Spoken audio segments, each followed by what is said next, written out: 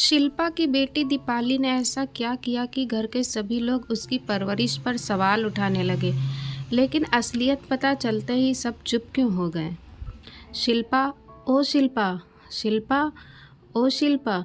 पड़ोसी ताई जी की गुस्से वाली आवाज़ सुनकर मैं हैरान हो गई, क्योंकि ताई जी को आज तक किसी ने भी गुस्से में नहीं देखा था। वे बहुत ही मृदुभाषी, विनम्र और मोहल्ले में सबसे मिलजुल कर रहने वाली बुजुर्ग महिला थीं। उनकी तेज़ आवाज़ से मेरे सास ससुर जी और ननद सभी ड्राइंग रूम में आ गए।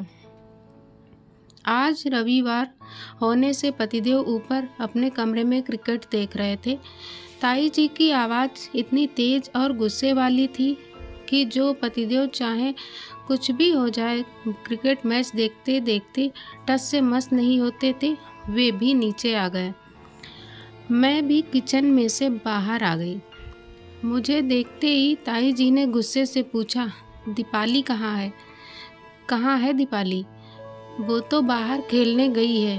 क्यों, क्या हुआ ताई जी? क्या हुआ? अरे तुम्हें पता नहीं कि क्या किया तुम्हारी बेटी ने? मैं किसी अनहोनी की आशंका से डर गई। ससुर जी, सासू जी आदि सभी पूछने लगे कि क्या हुआ।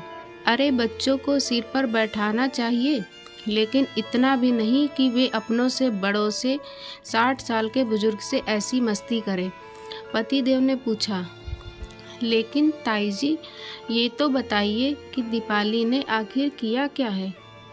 क्या बताऊं बेटा? दीपाली ने उनके पतिदेव आंखों में न जाने क्या फेंक दिया। इनकी आंखें बहुत जलन कर रही हैं। इन्होंने ठंडे ठंडे पानी से आंखें 2-4 बार धो ली, लेकिन जलन कम नहीं हो रही। थोड़ी देर और देखते हैं, नहीं तो दीपक उनको डॉक्टर के पास लेकर जाएगा। ताई जी ने कहा, सासू जी को तो बस मौका ही चाहिए था मुझ पर ताने कसने का। वो तो ऐसे शुरू हो गई जैसे ताऊ जी की आंखों में मैंने ही कुछ डाला है, या मैंने दीपाली से ऐसा करने को कहा है। हमारे भी इतने बच्चे हुए, लेकिन मजाल है किसी ने भी बड़े बुजुर्गों के साथ ऐसी बदतमीजी की हो। आखिर ये अपनी अपनी परवरिश का नतीजा है। ये आजकल की बहुओं को अपने खुद के सजने संवरने और घूमने फिरने से फुर्सत मिले तब तो ये बच्चों की तरफ ध्यान देना। माँ को बोलते देख पतिदेव कहाँ चुप रहने वाले थे, वे भी बोलने लगे। मैं तो दिन भर ऑफिस में रहता हूँ। अब ये तो शिल्पा का काम है ना कि वो बच्चों को अच्छी परवरिश दे। मैं कुछ बोलता हूँ तो इसका मुंह बन जाता है, इसलिए मैं तो अब घर में कुछ बोलता ही नहीं। लेकिन इसका ये मतलब नहीं है ना कि शिल्पा बच्चों को इतना बिगाड़ दे कि वे पड़ोसियों को परेशान करने लगे। नाम तो मेरा ही खराब होगा ना। ससुर जी ने कहा, आज तक हमारे घर के बच्चों की किसी ने भी शिकायत नहीं की। सासू जी ने कहा, हमारे तो 8-8 बच्चे थे, इनसे सिर्फ 2 बच्चे भी संभाले नहीं जाते। अब बस ये ही दिन देखना बाकी रह गए थे।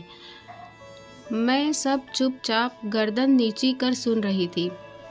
और क्या करती, आखिर गलती तो मेरी बेटी ने ही की थी। जब बच्चे कोई भी गलती करते हैं तो उसमें बच्चों से ज़्यादा कसूरवार माँ को ही ठहराया जाता है, और बच्चे जब अच्छा काम करते हैं तो यह उनके खानदान के खून का असर रहता है। दीपाली अभी 4ठी कक्षा में है। उसने कभी किसी के साथ बदतमीजी नहीं की। घर बाहर सभी का कहना वो मानती है। घर के छोटे छोटे कामों में हाथ भी बटाती है। छोटे भाई का ख्याल रखती है। हर साल सिर्फ खुद की कक्षा में ही नहीं तो पूरे स्कूल में अव्वल आती है। स्कूल में विभिन्न प्रतियोगिता में मोहल्ले के गणेशोत्सव आदि में भी हर बार इनाम जीतती है। तब कभी भी घर के लोगों ने दीपाली की अच्छे से परवरिश करने के लिए मेरी तारीफ़ नहीं की, और आज बिना यह जाने कि दीपाली ने ऐसा क्यों किया, मेरी परवरिश पर ही सवाल खड़े कर दिए। मुझे मन ही मन दीपाली पर बहुत गुस्सा आ रहा था। कितना ज़्यादा वक्त देती हूँ मैं अपने बच्चों को, उन्हें हर बात बहुत प्यार से समझाने की कोशिश करती हूँ, उसका ये नतीजा। आने दो उसे। आज तक कभी दोनों बच्चों पर हाथ नहीं उठाया मैंने, लेकिन लगता है कि लातों के भूत बातों से नहीं मानेंगे।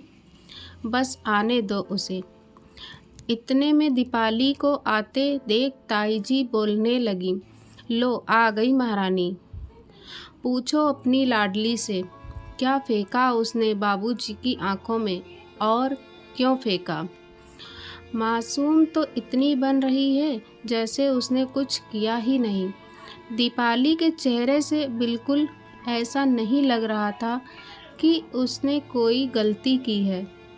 वो मेरे पास आकर कहने लगी, मम्मी कल आपने मुझे समझाया था ना कि गुड टच और बैड टच क्या होता है। दादाजी कई बार मुझे टच करते थे तो मुझे अच्छा नहीं लगता था, लेकिन ऐसे में मैं क्या करूं, मुझे समझ में नहीं आता था। आपके समझाने पर मेरी समझ में आया कि ये बैड टच है और इसे हमें रोकना चाहिए। आपने मुझे मिर्च स्प्रे दिया था और कहा था कि यदि कोई तुमको बार बार बैड टच करे, मना करने पर भी नहीं माने, तो यह मिर्च स्प्रे उसकी आंखों में डाल देना। आज तो दादाजी ने मुझे अकेली देखकर ज़ोर से पकड़ लिया था, इसलिए मैंने वो मिर्च स्प्रे दादाजी की आंखों में डाल दिया।